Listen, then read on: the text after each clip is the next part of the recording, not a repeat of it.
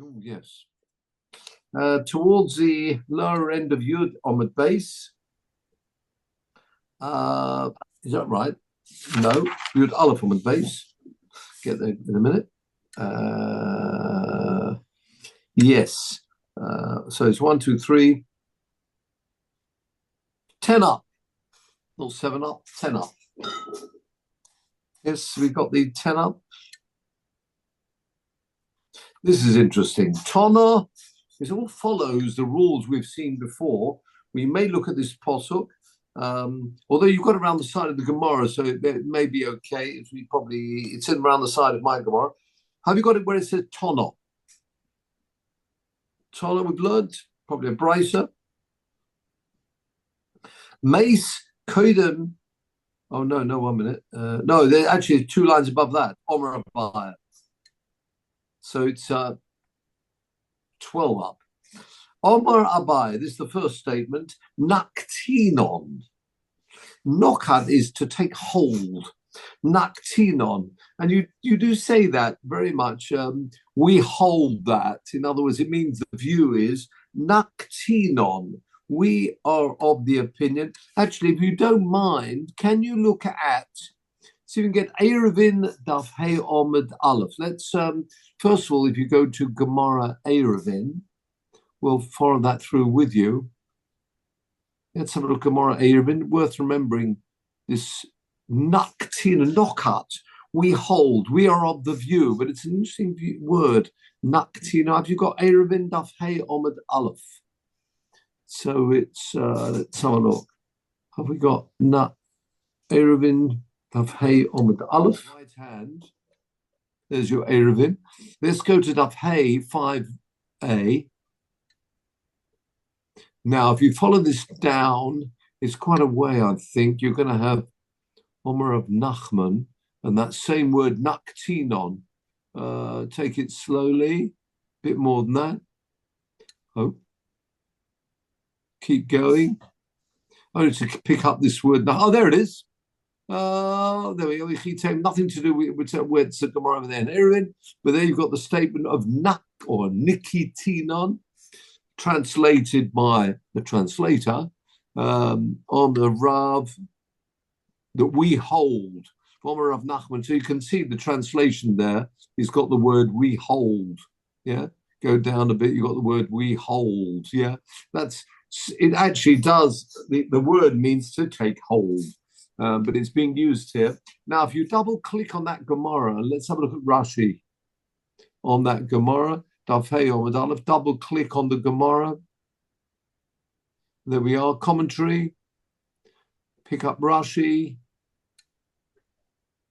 Well done.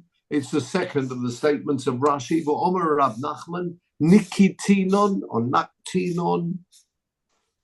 If you scroll it up a bit more. Oh, there we are. For Omer of Nachman, got it? For Omer of Nachman, Nikitinon. Have you got the Rashi there? Mesoires, I don't think you're able to translate this. Mesoires me'avosenu. It's been passed down from our fathers. You gone too far? Gone too far. There it is. Nikitinon. Mesoros Mabasenu. Tradition from our fathers. Minag Merabisenu. The minag from our earlier rabbis. So that's the word Nikitinon. We hold, and generally it's a Mesoros Mabasenu. Been passed down that is what the halacha is. Thank you very much, Peter. Let's go back to where we are. Yep, let's go back. Well done. Now, if you look at the Gemara, Omer Abaya, Nikitinon. A few more faces here. Laurie, good to see you. Sam, Nikitinon. Have you got it? About 11 lines up, 12 lines up. Nigma dinai umes. If there's a conclusion, the verdict's given, and then Mace, he dies, but the Kohen Gadol is still there. What do? Molichen es atzmosov. We take, sadly, it says his bones. What it means is the levaya takes place le shom, to there. So in other words, he is taken and buried in the Orei Miklot. Tichsiv. Now, this is the pasuk you've got around the side of your Gemaras as well. This Gemara is from Bamidbar 35:32, which you've got around the side of your Gemara. Lo sikhu chofer.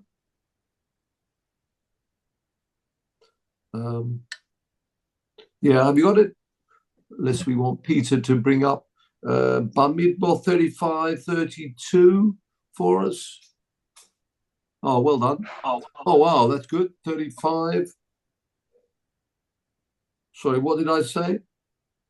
Yes, 35:32. That's it. Below sikhu koifa. You can't have a ransom. Someone pays their way. Lonus eliamakloto. Instead of it, lonus means instead of fleeing to the imiklot. Loshuv. Losheves ba'oretz. Now, there are various ways. What is loshuv, losheves means? No, he has to. Well, he's translated it. That's not the interesting translation.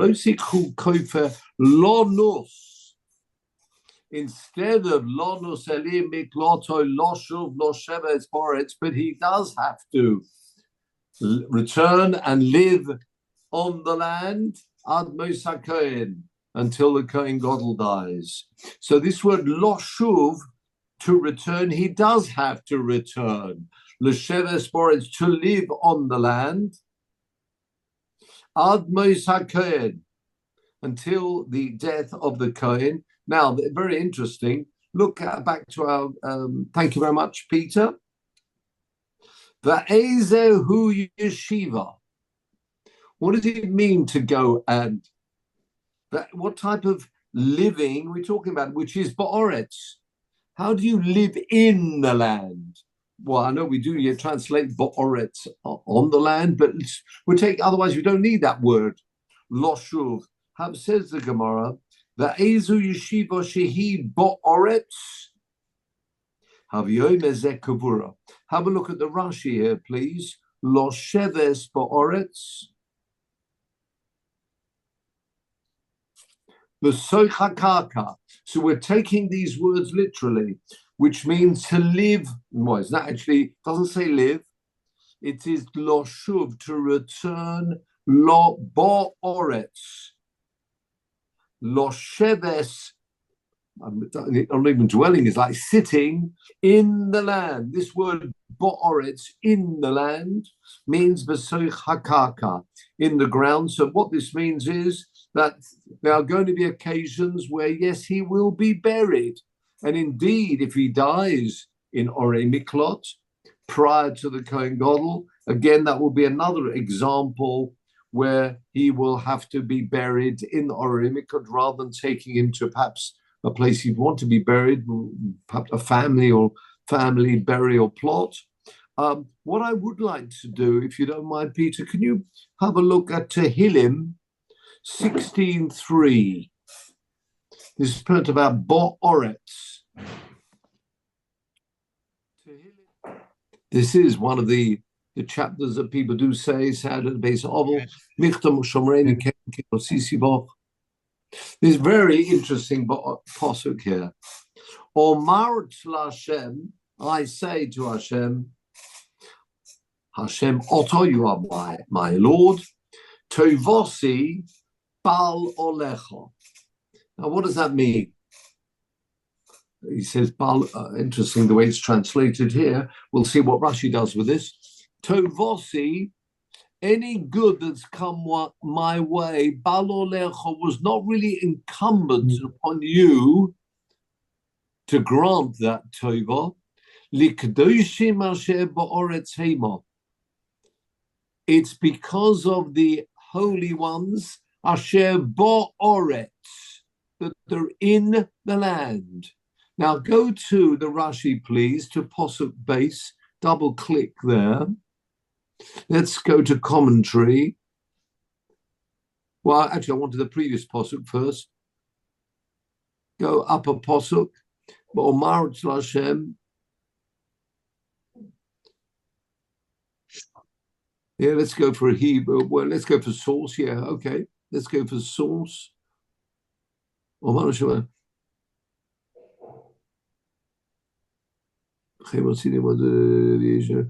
drop down the next one of Rashi.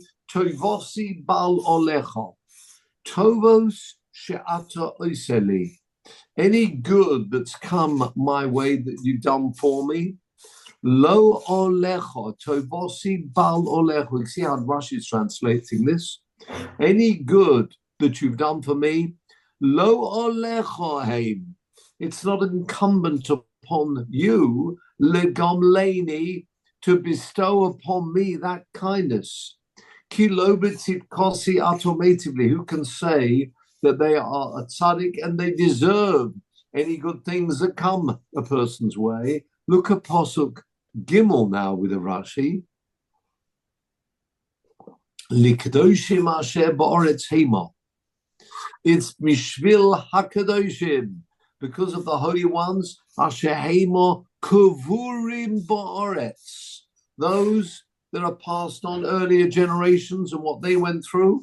Particularly, we talk about the earlier generation, just go back a generation or two, and what they suffered. Asher is Halchu Lefonecha Be'emes. They, let's have a look at the A for the translation. They have followed your ways in truth, for the sake of the holy ones who are buried in the earth, who walk before you with sincerity. Yeah. So again, you've got that word bo'oretz, in the land. It doesn't mean dwelling in the land. It means that they're in the land, meaning buried in the land. Very powerful pasuk that one says. Any good that becomes one's way. Let's go back to Pasuk 2. Let's see how they translate the Rashi there. Still got the Rashi, have we? Oh, no. Oh, no. Try it again. Resources, Rashi, commentary, Rashi. Drop down. Yeah, there we are. My good is not incumbent upon you. There you are. The benefits that you do for me, it's not incumbent upon you to bestow them upon me, because you do not benefit me on account of my righteousness. I think who can say that any good that come one's way is because of one's righteousness? Can anybody really say that? But if we go back to the early generations and how they suffered and their righteousness, that we can say. So there, again, I'm just giving you another example where Bo'oretz doesn't mean really on top of the land. It means Bo'oretz in the land. It's because on account of those holy ones living, or not, sorry, I take that back. The holy ones who are Bo'oretz in the land itself. Buried in the land. Okay, thank you very much, Peter. So that's the first statement. The first statement of Abayah, that if the Gemadin, the verdict's given, and then he dies, before the Kohen Gadol, then he will be buried in the plot in Ori Miklot. Now, let's continue going in the Gemara. Tana, we've learned, this is a brisa. Meis kodim shemeis Kohen Gadol. If he dies prior to the death of the Kohen Gadol, and then the Kohen Gadol dies, what happens now? This is the point. So he died first. So as we've learned previously, he would be buried in the Ori Miklot. Then the Kohen Gadol dies. What you can then do, you've got the option, Molichin atzmoisov al kivrei avoisov. You could then rebury him in the family plot, if there was such a thing. Again, there's another pasuk for that. Dichsiv Yoshuv Horotseach. This is a pasuk in 35, Bamidbar 35:28, which you may have around the side, but we can always pick it up with Peter. Thank you very much. Bamidbar 35:28. Oh, Will, that was quick. Pibeir mikloto yeshev. Ad Musa Kohen Gadol. Ve'achre Musa Kohen Gadol. Yoshuv horotzeach el eretz achuzosoi.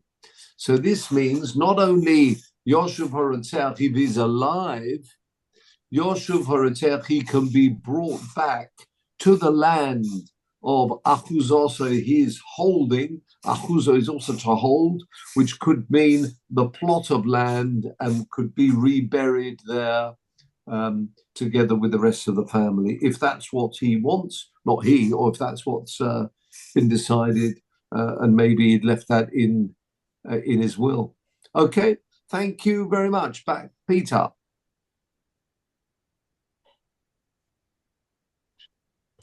Very good indeed. A new halacha. Nikma dinoi, fascinating halacha. There's a verdict. Vanase kohen ben gerusha. It turned out that the kohen, of course, it doesn't mean that it means the kohen, it's the kohen gadol we're looking at. Nase ben gerusha. Have a look at the Rashi, please. Yotza olav edus. There's testimony to prove that this Kohen Gadol is the son of a Gerusha. Maybe it wasn't known before, whatever. Not quite sure, it doesn't matter. But it turns out, therefore, that this Kohen Gadol is not a Kohen Gadol. In fact, he's not a Kohen. He is what's called a Cholov. His father was a Kohen, but he now becomes a Yisrael. He loses the title Kohen, but he's certainly not a Kohen Gadol. Now what's going to happen? Oy ben Chalutza, another individual who the Kohen cannot marry, is a Chalutza, a lady who's gone through Chalutza. It's an equivalent to Gerushin. So there's another person he can't marry. That's the father, but he is now a Cholol. Oh dear. That means at the time of the verdict, there was no Kohen Gadol, or was there? There was. We thought he's a Kohen, but he's not. Very interesting Gemara. Pligi bar Rab Ami and Rab Yitzchok. There's an argument between Rab Ami and Rab Yitzchok. No, sorry, Rab Yitzchok Nafcha. Okay. Chad Omar Meso Kuhuna. The Kuna has come to an end from now. It's true, if he was the son of a Gerusha, then he was never a Kohen. But because we assumed he was a Kohen, we'll get to this in a minute, have a look at the further Gemara on this topic. But we're saying Mesa Kuhuna. Have a look, please, at Rashi. Mesa Kuhuna. 5 lines up. Mesa Kuhuna Harihu Kames. Now the person who is the Ratzach doesn't need to go to Golus, because if it's found out, had he been in Golus, he would then be free, because it's equivalent to a death of the Kohen Gadol. Fascinating. Although you would have thought, no, presumably retrospectively, he was never a Kohen. That actually, says the Gemara, Chad Oma Botlo Kuhuna. It's annulled. Have a look at Rashi, 4 lines up. Botlo Kuhuna, Igloi Milsulamafreya. The matter's been revealed retrospectively. That's what it means, Lamafreya. Shaloh Kohen Gadol. He never was a Kohen Gadol. Vahave lehai rotseach. Oh, now we've got this example. Do you remember? It's always the death of the Kohen Gadol which gives him that kapora. It's true, he's in Golus, but it's the death of the Kohen Gadol that will give him the kapora he needs to be able to leave Golus. But if there is no Kohen Gadol, Nigma Dina below Kohen Gadol. It turns out, though, sadly for this Rotseach, that at the time of the verdict, there was no Kohen Gadol. He will never get that kapara which comes from a Kohen Gadol dying. That's what the Gemara says. Says the Gemara, we're now going to equate this halacha with another halacha and see if they both match. So, Lema beplukta to Rabbi Lezer, Rabbi Yeshua. It sounds like this is the same machlokas of Tanoim, Rabbi Lezer and Rabbi Yeshua Komiflige. And this actually is a Mishnah. The Mishnah's in Psachim, actually Mishnah Trumas. I can see from the side of my Gemara. It occurs in various places in the Gemara, but it really is a Mishnah in Trumas. And what's the case? Hoyo Oimeid Umakriv al Gabi Mizbeach. There's a Kohen who is doing the avodah, makriv, bringing the korbanos, al gabi al mizbeach, doing the job of the Kohen.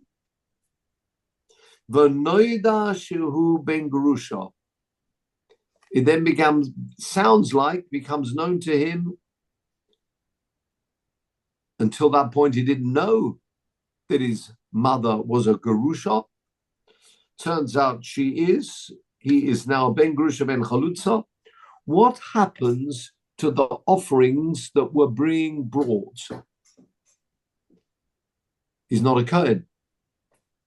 Rabbi Lezer Omer kol ha-korbanos shehikriv, all those korbanos that he brought pesulim are now possible.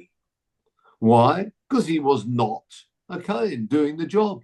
You can have a Yisrael, yeah, there can be wonderful people, Yisraelim, but if they're not a Kohen, they can't do the Avodah in the Beis HaMikdash. So all those korbanos that he brought are null and void. Wow, they're all possible. If somebody was bringing a korban todah for thanks, maybe they'd recovered from an illness, they're bringing a korban todah. No good, they'd have to bring another one. Any korban which was bring, he might actually have been on duty to bring the korban tomid, the continual offering, on behalf of the whole of Klal Yisrael. Sadly, it's possible. And you'd expect that because he was not a Kohen at the time. Rabbi Yeshua Machshir. This sounds similar to what we've just seen. Rabbi Yeshua says it's kosher. Wow. Says the Gemara, it turns out, therefore, that machlokas Rab Ami and Rab Asi regarding the Rotseach, and then it turns out the Kohen Gadol, in fact, is a Ben Gerusha. Yep. Says the Gemara, Man de Omar Mesa, the person who said, and it's interesting, I don't know if you spotted, when we mentioned about Rav Ami and Rav Asi, we didn't say who said what. Did you see that? Go up 5 lines. There's an argument between Rav Ami and Rav Asi, of Rav Yitzchok Nafcha, Chad Omar. It was never confirmed who said what. There was an argument between those two individuals. We don't know who said what, but it's certainly confirmed that one of them said this and one of them said that. So whichever one it was who said Mesa, it's as if the Kohen Gadol dies. When you find out, when the Eidos comes to court and they say, no, we know for sure, we actually were there at the divorce, and the wife was a divorcee, may not have been known even to the Kohen who married her. That's the father of the Kohen Gadol. But it turns out she was a divorcee. Then we said one of the views was Mesa. It's as if at that point the Kunas died. He's equivalent to dying. The kuna has taken a death, and therefore he can go free. It sounds like Man de Omar Mesa, last line of the Gemara, Kur Rabbi Yeshua. It looks like that must be the view of Rabbi Yeshua. What did Rabbi, we have got a name here, last line. Rabbi Yeshua says it's kosher. It's at that point he's considered the kahuna has died. The individual hasn't died, but the kahuna has died when the testimony comes through and they say that he is a ben grusha. Very interesting. The individual hasn't died. It's equivalent to the kahuna dying at that point. So it looks like they go hand in hand, says the Gemara. Umanda Omar Botlo, the view that said earlier that no, it's botel, it's annulled from the very beginning. He never was a Kohen Gadol, or in our case, he never was a Kohen. It looks like Man de Omar Botla or Batela Rabbi Eliezer. The person who says it's Botla as if he was not, never was a Kohen Gadol. So at the time of the verdict, there was no Kohen Gadol in office. That looks like it's going to be the same as Rabbi Eliezer, who says the same thing here. All those korbanos that he brought, not knowing that he was a cholol, are all invalid.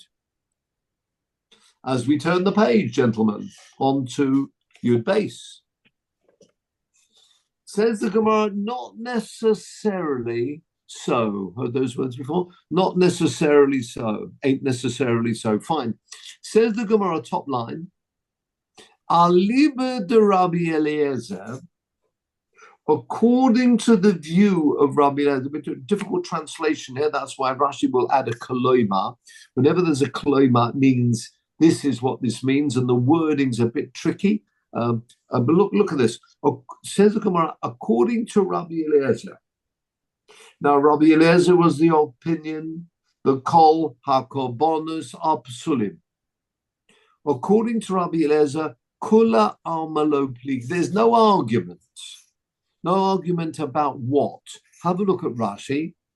According to Rabbi Eliezer, who said that, as we saw on the previous page, Rabbi Eliezer says, Kol hakorbanos psulim. Koloima, I'm doing the Rashi now. Man Omar Mesa, that individual, and as we said before, we don't know who it was, out of the Rabbi Ami or Rabbi Yitzchok Nafcha, whoever it was who says Mesa, Vadai, there's no doubt at all that that Amora must fit with Rabbi Eliezer. Again, Kolema Manda Oma Mesa Vadai Karabi Yeshua Oma Velo Karab Eliezer. Let's read that again. Aliba the Rab Eliezer Kulamalo Pligi. Kolema Manda Oma Mesa. The one that says Mesa. Yes, the person who says Mesa, it's as if he's died, not Botla, Mesa. I think I read it the wrong way around before. Koloima, Manda Omar Mesa, the one that said Mesa, that means it's as if the Kuna has died at that point. Says Rashi, Vadai Karab Yeshua Omar. That's without doubt must follow the ruling of Rabbi Yeshua. And Rabbi Yeshua, remember, says kosher, all the korbanos that he brought are kosher. Why can that Amora only follow Rabbi Yeshua? It would be nice if that Amora could follow. You obviously have to find a difference between the two examples, but we're saying that's impossible. There is no way that the one who said Mesa could follow Rabbi Eliezer. Why not? Velo Rabbi Eliezer, says Rashi, there's no way it can fit in with the view of Rabbi Eliezer, who said they're all possible. Ta'aliba de Rabbi Eliezer, according to Rabbi Eliezer, this is the way Rashi is translating the Gemara. According to Rabbi Eliezer, leka leman de Omar Mesa. According to Rabbi Eliezer, nobody could.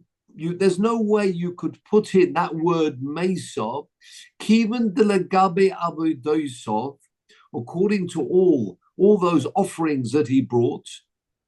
Omar, Rabbi Eliezer is of the opinion, persulois lemafreya. Retrospectively, they're all possible.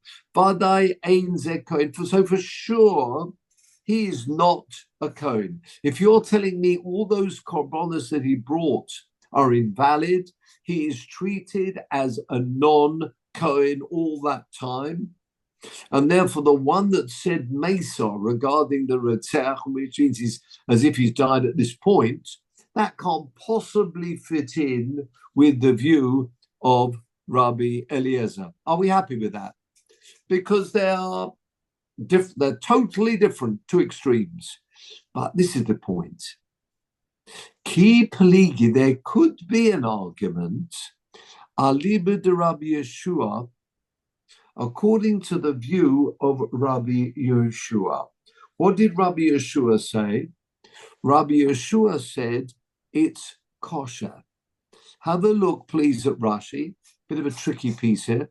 Ki peligi ali with Rabbi Yeshua. There could be an argument about the view of Rabbi Yeshua whether maybe both those Amoraim fit into Rabbi Yeshua. How is that possible? Surely not. Says Rashi, Kaloima. Ein onu tzrichim loima.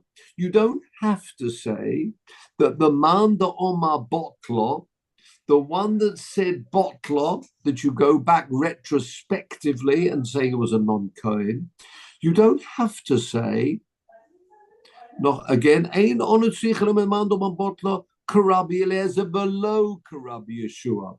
That doesn't fit in with Rabbi Yeshua. Now, you think that's impossible. Excuse me. Rabbi Yeshua was of the opinion that they're kosher from now on. So how can the person who said Botla also side with Rabbi Yeshua? How can that fit in?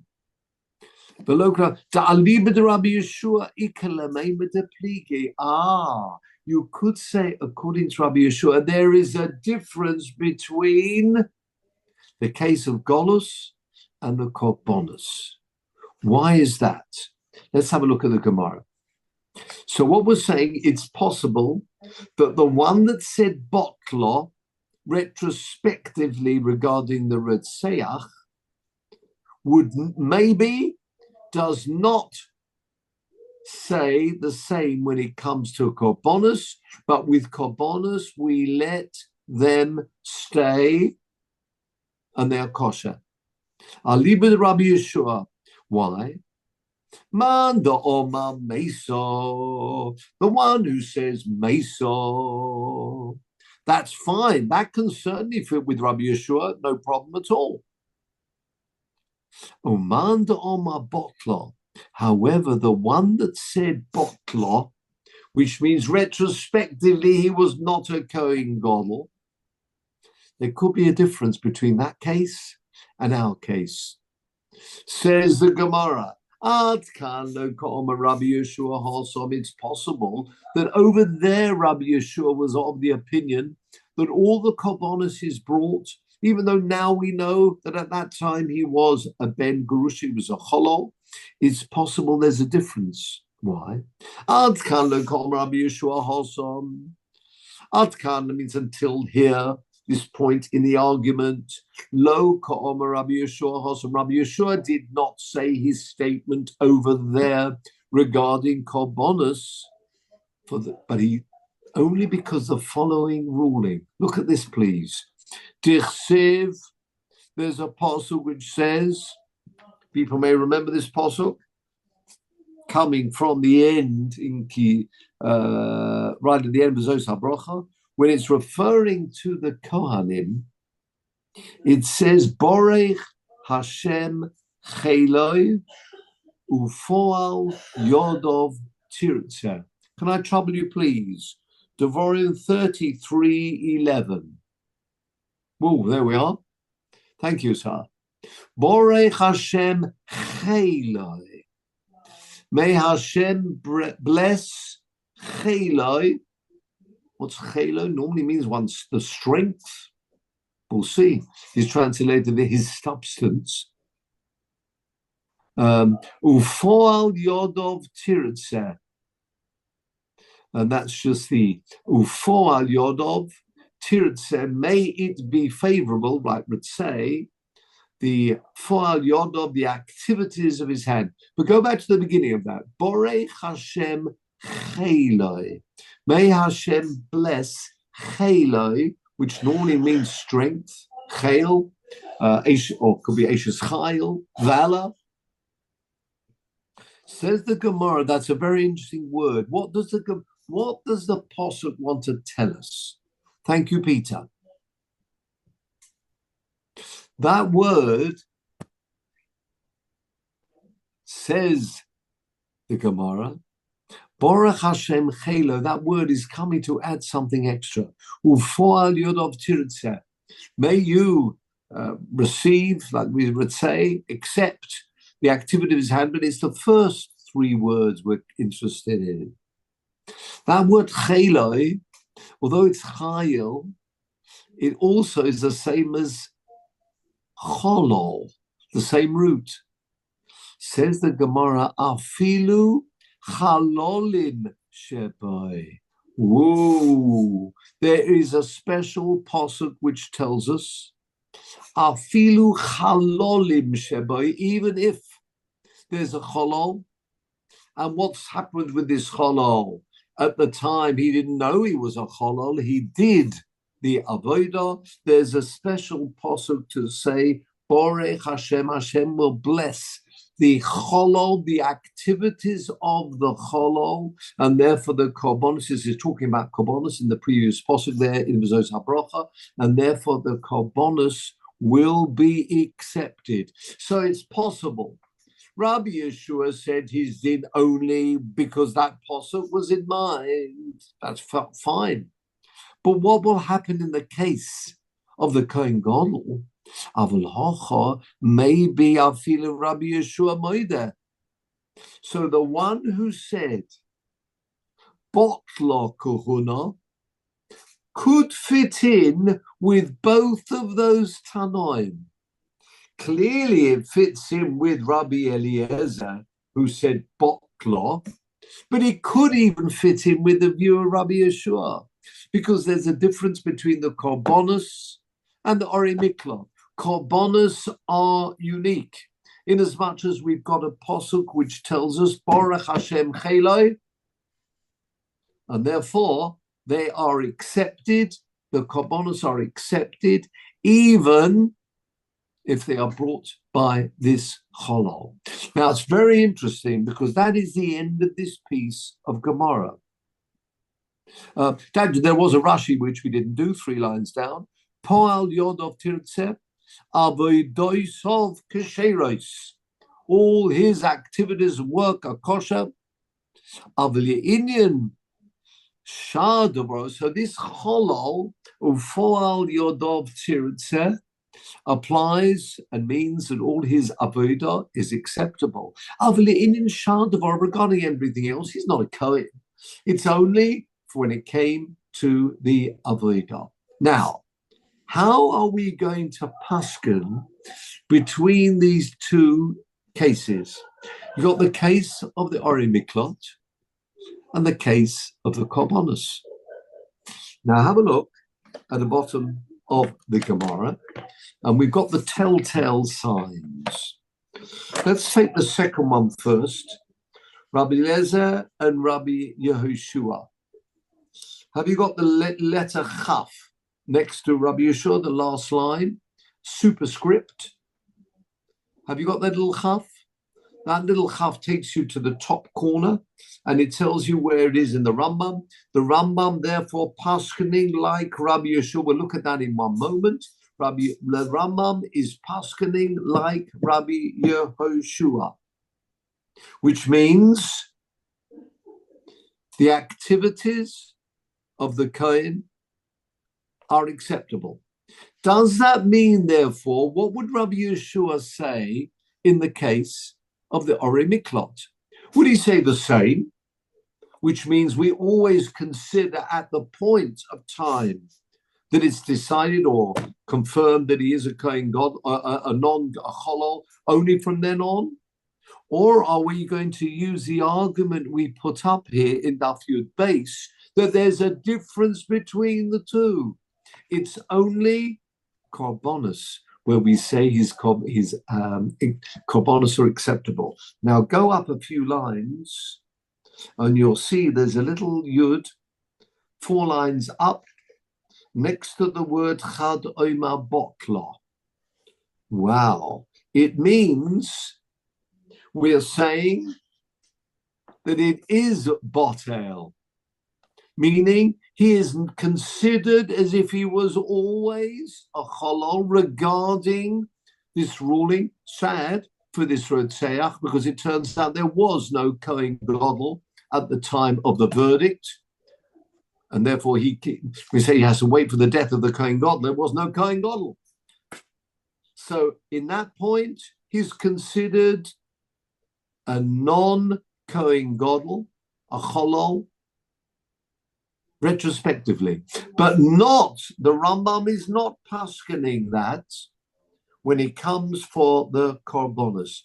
Let's have a look at these Rambams. If you can, please, Peter, let's follow the Safari here and go to Halacha.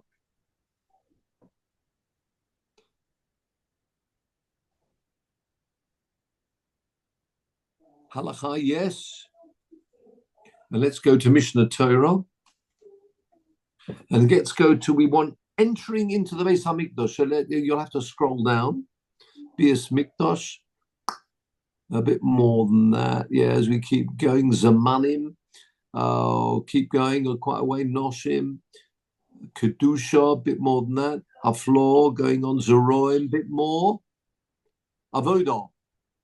Admission into the sanctuary. That's what we want. And according to the side here, it says it's in chapter 6, Halacha Yud. Norman, just before you get to that, it occurs to me that in terms of status, yes, when I thought the halacha was that when someone arrives at a minyan, and they say they are number 10, you rely on them. You rely on their presence and that they are indeed Jewish. You don't have to question them. Oh yeah, no, you're absolutely right. So in this case, look at the Rambam. This will answer your question. Kohen she'ovad v'nivdak, and it was looked into like a bedika.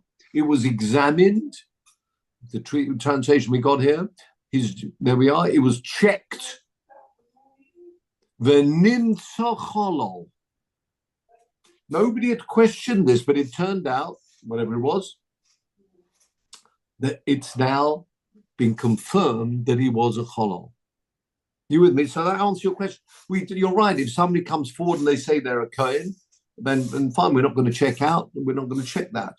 But if 2 witnesses come along and say, I've got some sad news here, I actually was at, and in fact, it would be up to them to do so if they know that, and they come forward and they say he's a cholol.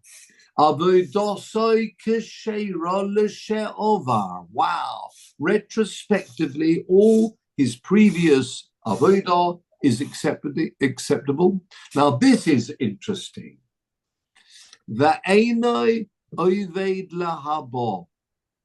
He cannot continue to act as a Kohen. He is not a Kohen. But look at this. Ve'im ovad lo chilel. Oh my, the Rambam is learning this very differently. We learned, and in fact Rashi does learn that elsewhere, not here. What it meant was, if you find out that someone was a Kohen, and found out he's not a non-Kohen, then all his avodah is done retrospectively. In fact, that was the Gemara's Lashon. Keep that on there, but if those people who've got the Gemara, You'll find it says, "V'noida shehu ben gerusha." We said all the korbanos that he brought are kosher. Sounded very much, but not from now on. Surely the Rambam's not learning like that. Vim ovad lo chilel. Even if the Kohen does avodah, it's still acceptable. Shenema, he's not allowed to. He shouldn't have done so. But the avodah is acceptable. Shenema is posuk borech Hashem choel apolav yobdov tirtza. The posuk we saw before. The work of his hand is acceptable. Af chulin sheboy tirtza. Even the chulin sheboy, he's taking it as from the word cholol, is acceptable. Now, if you double click on that Rambam, let's see if we got a commentary here. Let's go to the Kesef Mishnah. The Kesef Mishnah is that Rabbi Yosef Cairo. He wrote a pirush beside the huge Shulchan Aruch. He's also got a pirush here. Ooh, don't tell me there isn't one, or it's just not opening. Oh, there it is. Was that the one I wanted? Yeah. Let's follow this through. Tanya Makri Al Gabi. Yes. This is the Kesef Mishnah writing on this Rambam. The Kesef Mishnah, I said, is Rabbi Yosef Cairo, the same as the author of the Shulchan Aruch. B'Kiddushin Perek HaOmer, that stuff, Samach Zayin in Kiddushin. Time we got a brisa. Hoya Omedu Makriv Al Gabi Mizbeach. Interesting. We've got a quote here from Gemara Psochim in Kiddushin. I don't know why Gemara Kiddushin Psochim would have been a Mishnah, but anyway, we've got a brisa which says the same thing. If someone Agabi Amizbech v'noda shehu ben grusha ben chalutza avoidosai keshera. Not quite sure that X doing there, but anyway, okay. Tichsiv borech Hashem chelai afilu cholin shebay tirtza. That's a Gemara. Fine. I know why, because we didn't want to bring just one view. We wanted to bring the view of Rabbi Yeshua and Rabbi Lezer. Now continue on this Kesef Mishnah. Even though in Perek Ches of Trumas, that's what we saw quoted in our Gemara, Pligi bo Rabbi Lezer and Rabbi Yeshua. There's an argument on this between Rabbi Lezer and Rabbi Yeshua, worth knowing this principle.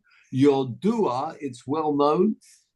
I'm not quite sure how widely well known, but he writes your dua may be known by those rabbonim. Dahalocha Rabbi Yeshua. Halacha is like Rabbi Yeshua. The Oma Hochi.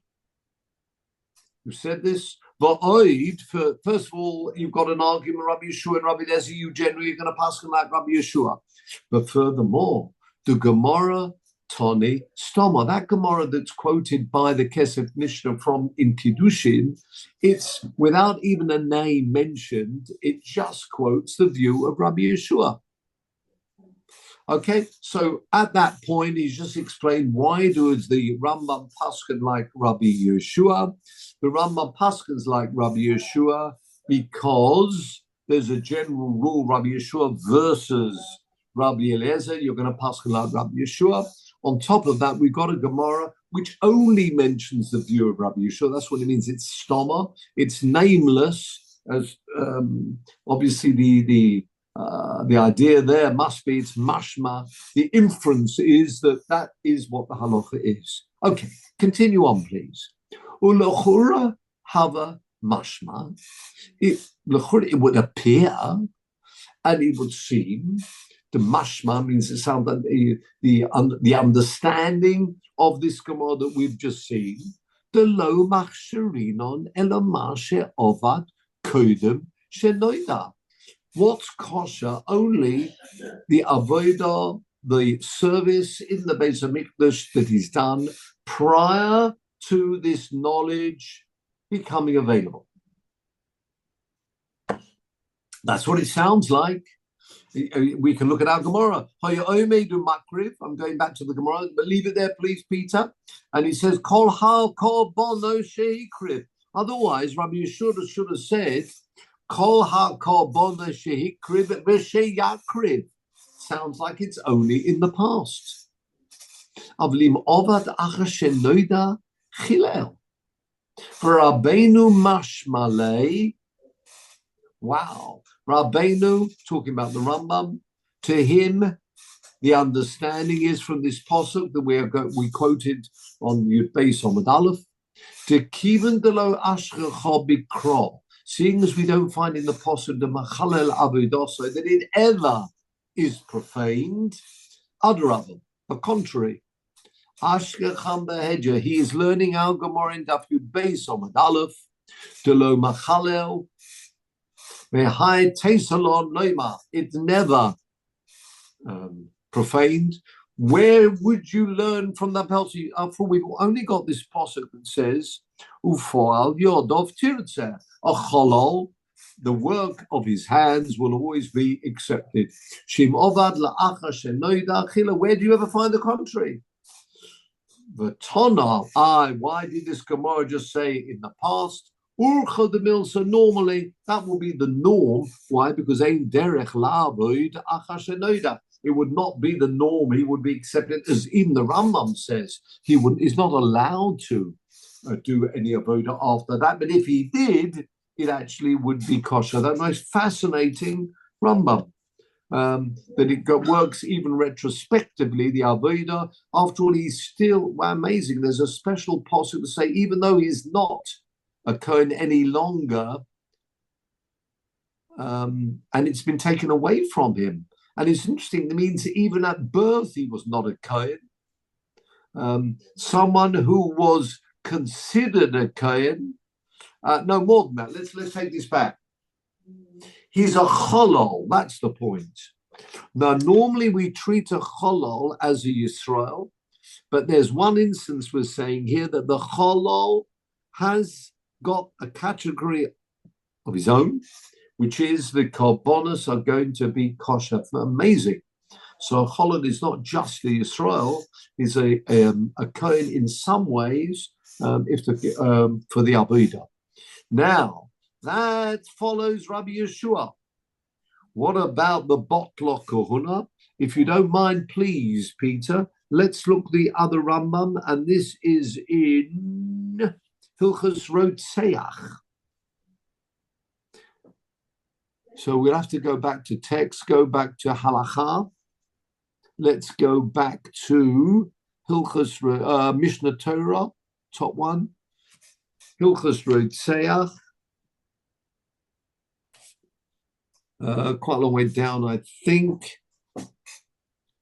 Hilchos Rotzeach, bit more. Towards marriage, noshim, no kedusha, a bit more than that. Haflor on the way. Wow, just amazing how much he wrote. Zeroim, avodah. That's what we were looking at before. No, let's have a look. Here we go. Korbanos. No. After that, Tara. No. Keep going. Zah. Here we are. Nazikin. Damages. But we want the last one, which is no murderer and the preservation of life. And we want, according to the quote here, we want Perek Ches. No, we don't. Take that back. Perek Zion. I think that's the one we want. Perek Zion. Sorry. Let's make sure I'm getting the right one here. Botla, I'm looking at Yud. Yeah, Perek Zion, Halacha Yud Beis. Zion 12. Let's see what the Rambam does. So before we look at the Rambam, stop rolling. Before we look at the Rambam, we would have thought, if we paskin like Rabbi Yeshua, that it's kosher in the past. Is that because we always consider whatever's happening in the past for all instances like he was a kosher Kohen, or is it only because of this particular instance where we're talking about the korbanos? Now look at halacha 12. 12, isn't it? No, am I wrong here? Halacha, Maimonides, halacha Yud. Oh yeah, here it is. No, I think I've jumped. I've gone wrong. I'm looking here. Botla. No, halacha yud base. Are we in Perik Zion? No, I don't think we are in Perik Zion, are we? I don't think we're in Perik Zion. Are we? Let's just go back a bit. Perik Zion. Halacha Yud Beis. Please practically Jab 7. Number 7. Zion. So now let's go to 12. As we finish this off. Oh, that's it. Number 12. Nigma dina v'nintzad kohen gadol ben gerusha ben chalutza. It's found out that he's discovered, he says here, that the kohen gadol is a ben gerusha ben chalutza botlo kuhuna. It's annulled retrospectively, and therefore kilu nigma dina below kohen gadol. It's as if there was no kohen gadol on site at the time of, not only the time of the verdict, even the time of the murder. He was never a kohen gadol. So thank you, Peter. Going back therefore to our Gemara, we are learning as the Gemara concluded, which was we paskin like Rabbi Yeshua, which means only in this instance when it comes to the avodah, the Pasuk is telling us that this individual, it's true, he was never a Kohen from the outset. But you know what he was? He was a Cholon. Now, until now, we've always imagined if someone's a Cholon, they're like a normal Yisrael. So, you're backdating this. Retrospectively, he never was a Kohen. He was always his Yisrael. This Pasuk's telling us, no, he is a Cholol. There's a status called a Cholol. It's actually got nothing to do with him, equivalent like to a mamzer. It's got nothing to do with him. It's the parents. The father was a Kohen. It may be unbeknown even to him that his wife was a Gerusha. The child now is no longer a Kohen, but what we've learned today is he's taken on a new role, or perhaps a title, if you like, a Cholol. That's normally sounded very negative. To be a Cholol is a profane Kohen, and we would just treat him as a Yisrael. And that is true, except for one, as I say, there's one exception, and that's what we've learned today. This Pasuk is telling me, or Baruch Hashem Cheloi, even the Cholol, because his father was a Kohen, there's something which he's got in the genes, if you like. He's a Cholol, he's a non-Kohen, but he's a Cholol, which means the korbanos that he brings, and according to the Rambam, that's most fascinating, it's not just what was brought, not knowing he was a Cholol. Even, it's true, he shouldn't be bringing korbanos, that's the job of the Kohanim. But if he does bring a korban, it's okay because he has the status of a Cholol. Most fascinating. So therefore, we've now come to a new rule. There's Kohen, Leviim, Yisraelim, and a Cholol. Normally it will be Yisrael for anything else, but not for the point about korbanos, because in the genes his father was a Kohen. He is still also in that way a Cholol, and therefore retains something of the Kedusha. So it's not gone completely. With that, gentlemen, we're close for tonight. And I'll call on Peter once again let's have a look at Tehillim.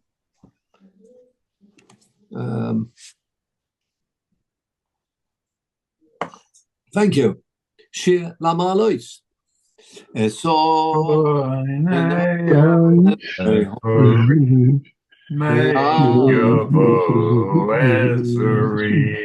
Ezri Me'imodunoi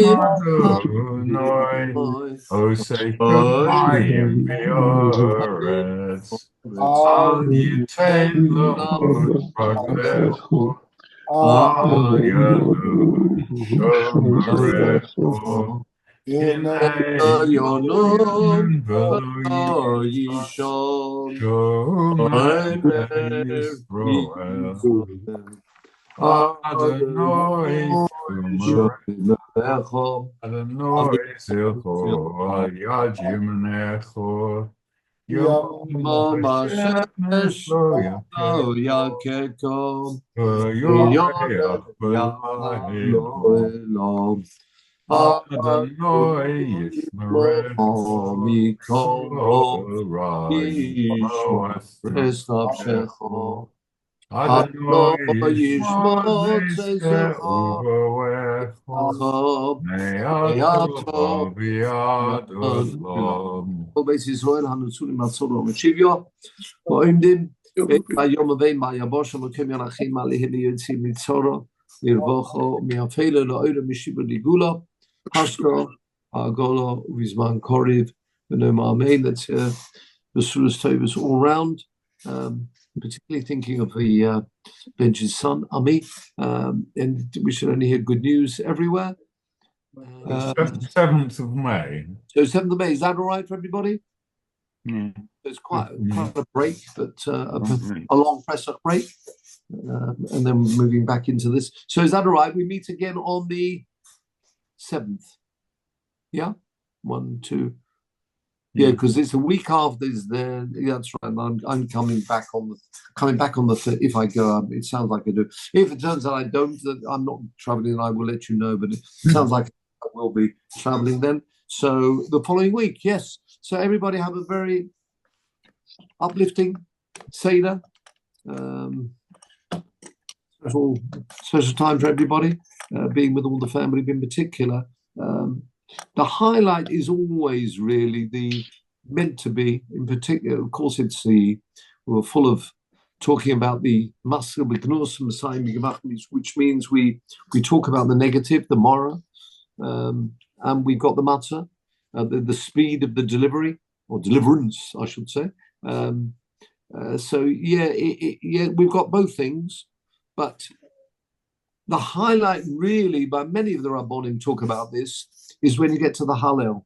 It's the Hallel and the Nishmas, going through all of that, and not just Mitzrayim. Of course, it's Yetzias Mitzrayim. That's the beginning. Every person can look back on their own lifetime and look at all of the ups and downs and the grateful, as we say, as we've just said, Kol HaNeshama, or Al Kol Neshima for every breath.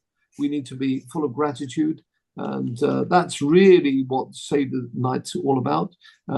It's that highlight. Yes, we become Klal Yisrael together with the mitzvahs. The mitzvahs go with that too. But the mitzvahs are meant to be beautiful, and they are beautiful. So it goes that hand in hand. But as I say, worth having a look at not just the Hallel, but the Nishmas as well, maybe together with translations. It's that Nishmas is very much the highlight. Ilufinu, if our mouths were, the translations there. And everybody, say, thinking about their own situation and family and Klal Yisrael and everything that's going on. We do have to be grateful for everything. And we saw that today, if you remember, when we said, Bal Oler, it's not incumbent upon Hashem for us, but if we look at those people who've gone through everything, say not just the past generation, this generation as well. So many people who are no longer with us on behalf of Klal Yisrael. So because of them, here we are. So with that, we really are meant to be full and should have full of gratitude to Rabbeinu Shalom, and that enabling us to be able to go Mechayel Choil from strength to strength as we look forward to further Besurot Tovot all round. And with that, I do wish you well. Have a very enjoyable Yom Tov, uplifting and enjoyable. And Peter, best of luck with the matters. I think you'll be all right. Thank you. Could I